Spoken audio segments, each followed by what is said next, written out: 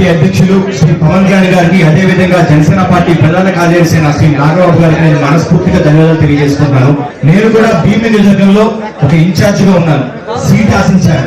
Seat ఇవ్వడానికి పొత్తులో భాగంగా కొన్ని కారణాల వల్ల అది టీడీపీ పార్టీకి వెళ్ళినప్పుడు 2-3 రోజులు బాధపడ్డాను.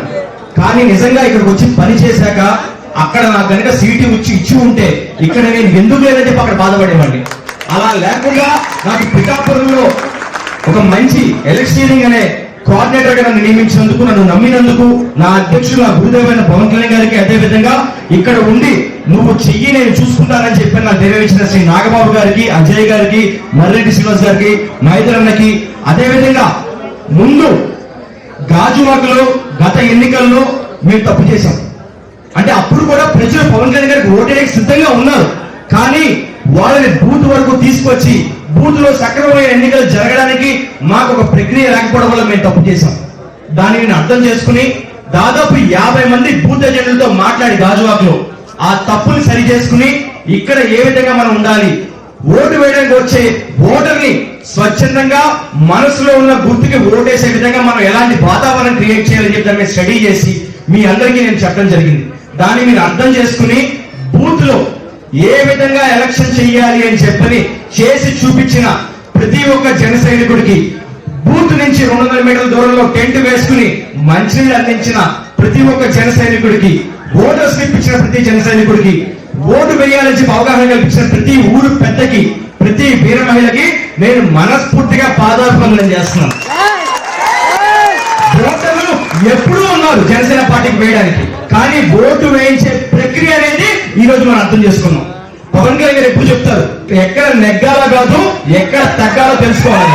కానీ మీ అందరికీ తెలియని ఒక విషయం ఉంది, ఎక్కడ తగ్గాలో మాత్రమే కాదండి, ఎక్కడ తొక్కాలో కూడా తెలిసినవాడు పవన్ కళ్యాణ్ గారు.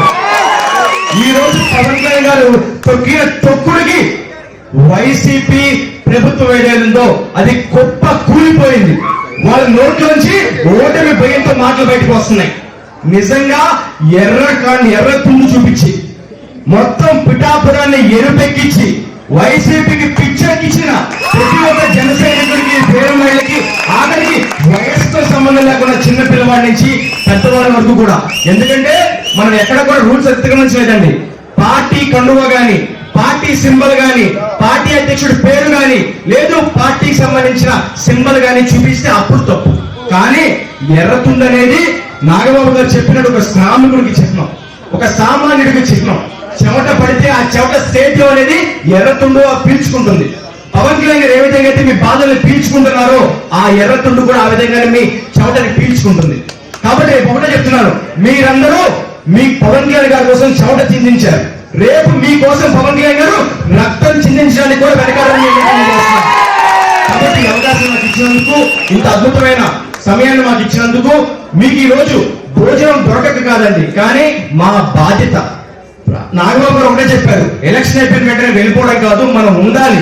ఉండి అధ్యక్షుడు పవన్ కళ్యాణ్ గారు సూచించిన విధంగా మన కోసం బూత్ లో కష్టపడిన ప్రతి ఒక్కరికి ఆ రోజు మనం భోజనం అందించామో లేదో పక్కన పెడితే ఈ రోజు నేను అందించాలి అని చెప్పని స్వయంగా ఆయనే తయారు చేపించి పవన్ కళ్యాణ్ గారి తరపున భోజనం తీసుకొచ్చారు. అది నిజంగా నేను ఒకటే చెప్తాను, తిరుపతి హుండీలో ఏ విధంగా అయితే మొక్కుకుని మనం ముడుపులేస్తామో అంతే పవిత్రతతో పిఠాపురం ప్రజలు మొక్కుకుని మరి మొక్కు వేశారు. ఏ ఓటు వేస్ట్ కాదు, ప్రతి ఓటు కూడా సీరియస్ మరి లోపల ఉంది. 4వ తారీఖు మిగతా విషయాలు మాట్లాడుకుందాం. కాబట్టి అందరికీ మరొకసారి నమస్కరించుకుంటూ నాకు ఈ అవకాశం ఇచ్చిన అధ్యక్షుడు పవన్ కళ్యాణ్ గారికి, పెద్దలు నాగబాబు గారికి, పిఠాపురం ప్రజలకి, జన సైనికులకి, వీర మహిళలకి మరొకసారి నమస్కారం తెలియజేసుకుని సెలవు తీసుకుంటాను. జై జనసేన, జై